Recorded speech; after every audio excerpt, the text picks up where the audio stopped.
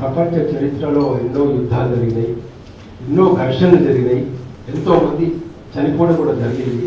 కానీ ఎక్కడ కూడా నా దృష్టిలో ఉన్నంత వరకైతే ఇట్లా శవాలని దగ్గర పెట్టుకొని శవాలను కూడా ఇవ్వకుండా, కనీస బంధువులకు కూడా కుటుంబానికి కూడా పోయి ఇవ్వకుండా సంఘటనలు బహుశా నాకైతే ఇది ఒకటే కనబడింది. మరి ఇంకొక విషయం ఏంటంటే, ఒకరు చనిపోతే ఇంకొకరు పండగ చేసుకోవడం గర్వకారణం అని చెప్పడం, ఇది ఘన విజయం అని చెప్పడం, అది కూడా చరిత్రలో బహుశా ఎక్కడ మనకు కనబడదు. ఒక్క ఏదో శివాజీ కొడుకు సంభాజీని చంపినప్పుడు ఆయన తలను తీసుకొని కర్రకు పెట్టి ఏదో పండగ చేసుకున్నారు పీష్వాలు అని, అటువంటి తప్పించి ఇంకెక్కడ కూడా అటువంటి సంఘటన మనకు సాధారణంగా కనబడవు. అది దుర్మార్గమైనటువంటి పని, అత్యంత దుర్మార్గం. అసలు మొత్తం మానవతకే మచ్చ, మానవతకే కలంకం. అంటే శవాల్ని బంధువులకు ఇవ్వకపోవడం అనేటటువంటి దీన్ని మేము చాలా ఖండిస్తున్నాము. మరి వీళ్ళందరూ కూడా మేము రామభక్తులమని, రామ మందిరం కట్టించామని, రామాయణాన్ని మేము ఫాలో అవుతామని చెప్పేసి చెప్తా ఉంటారే, మరి వీళ్ళ కనీసం రామాయణం తెలుసా? రామాయణాన్ని ఫాలో చేయాలని ఆలోచనలకు ఎక్కడైనా ఉండాలా అని అడుగుతున్నారు. దయచేసి ఒకసారి బీజేపీ నాయకులకు, బీజేపీ కార్యకర్తలకు చెప్తా ఉన్నాను, ఒకసారి రామాయణం చదవండి, వాల్మీకి రామాయణం చదవండి, యుద్ధకాండ చదవండి. అక్కడ రావణుడు చనిపోయిన తర్వాత విభీషణుడు అక్కడ ఏడుస్తూ ఉంటే రాముడు వచ్చేసి, ఎందుకైనా ఏడుస్తావు, రావణుడు గొప్ప గొప్ప వీరాది వీరుడు, ఎంతో వీరత్వంతో పోరాడాడు ఆయన ఎంతో జ్ఞాని ప్రజ్ఞావంతుడు ఆయన అని చెప్పేసి ఒక పోరాటం అనేది జరిగింది. ఒకసారి చదవండి వాల్మీకి రామాయణంలో. ఒక శత్రువు చనిపోతే, భార్యను ఎత్తుకోపోయినటువంటి ఒక శత్రువు చనిపోతే ఆ శత్రువు గురించి ఏం మాట్లాడాడు.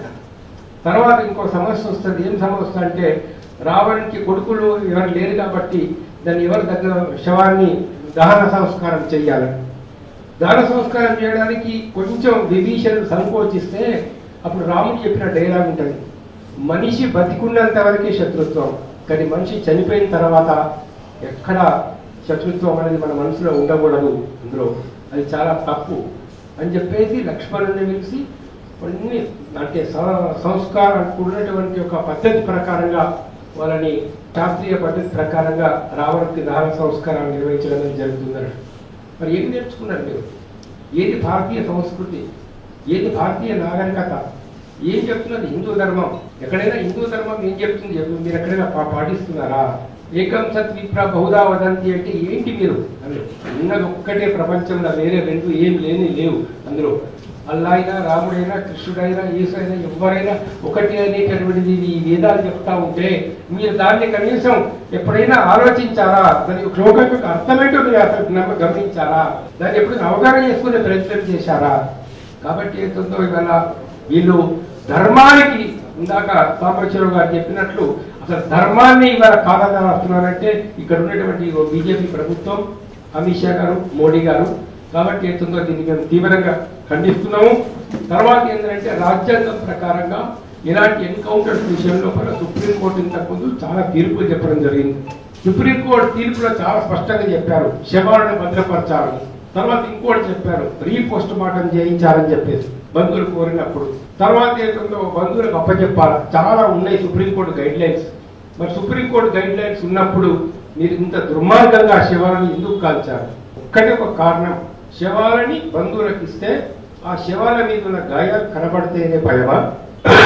ఆ శవాల పరిస్థితి ఏంటో తెలుస్తుందనే భయమా? ఆడపిల్ల ఒంటి మీద ఎన్ని గాయాల మీద తెలుస్తుందనే భయమా? ఆడపిల్లల ఒంటి మీద ఉన్నటువంటిది. అందుకని ఏదైతుందో దీని వెనకాల ఒక పెద్ద ఘోరమైన నేరాలను దాచుకోవడానికి, అత్యంత ఘోరమైన పాశవికమైన నేరాలను దాచుకోవడానికి, మనుషుల్ని క్రూరంగా కొట్టి చంపి, ఆడపిల్లల్ని రేప్ చేసి చంపిన తర్వాత శవాలను తీసుకొచ్చారనే అనుమానం భారత ప్రజలకు ఉన్నది. కాబట్టి దీని మీద న్యాయ విచారణ జరగాలని చెప్పినట్లు మేము దీనికి పూర్తిగా సంఘీభావం తెలియజేస్తున్నాం. మరొక విషయం ఏంటంటే, మేము శాంతి చర్చల కమిటీ చాలా స్పష్టంగా వాళ్ళకి వీళ్ళకి చెప్పినాం, మీరు వాళ్ళు అంటే ఇటు మావోయిస్టులు అటు ప్రభుత్వం, మీరు ఆయుధాలు వదిలిపెట్టేసి ఆయుధాలు వాడకుండా చర్చలు జరపండి అని చెప్పేసి మేము చెప్తున్నాం. మీరు మొట్టమొదటి ఆయుధాలు వదిలిపెట్టండి అని చెప్పేసి ప్రభుత్వం చెప్తా ఉంది, సాయుధ పోరాటం వదిలిపెట్టండి అని చెప్పేసి ప్రభుత్వం చెప్తా ఉంది, సరెండర్ అని చెప్తున్నారు. సరెండర్ కాబట్టి చెప్పడం అనేది కరెక్ట్ సరైనటువంటి పద్ధతి కాదు, ఎంత మాత్రం సరైన పద్ధతి కాదు. ఒక రాజకీయ పార్టీ, పొలిటికల్ పార్టీ అది. మేము చాలా స్పష్టంగా చెప్పదలుచుకున్నదో, ఒకవేళ మేము కూడా మావోయిస్టులకు చెప్తాము ఇప్పుడు ఈ సాయుధ పోరాట పద్ధతి సరైన పద్ధతి కాదు అనేది మాకు స్పష్టమైనటువంటి అవగాహన. మేము ఆ విషయంలో వాళ్ళతో కూడా మాట్లాడి చర్చించి ఒప్పించడానికి సిద్ధంగా ఉన్నాము. ప్రభుత్వం కనుక మాకు ఒక ప్యాసేజ్, ఒక రకమైనటువంటి అక్కడికి వెళ్ళి వాళ్ళతో మాట్లాడడానికి లేదా వాళ్ళు ఇక్కడికి వచ్చి మాట్లాడడానికి అనువైన పరిస్థితి కల్పించినట్లయితే వాళ్ళతో మాట్లాడతాం.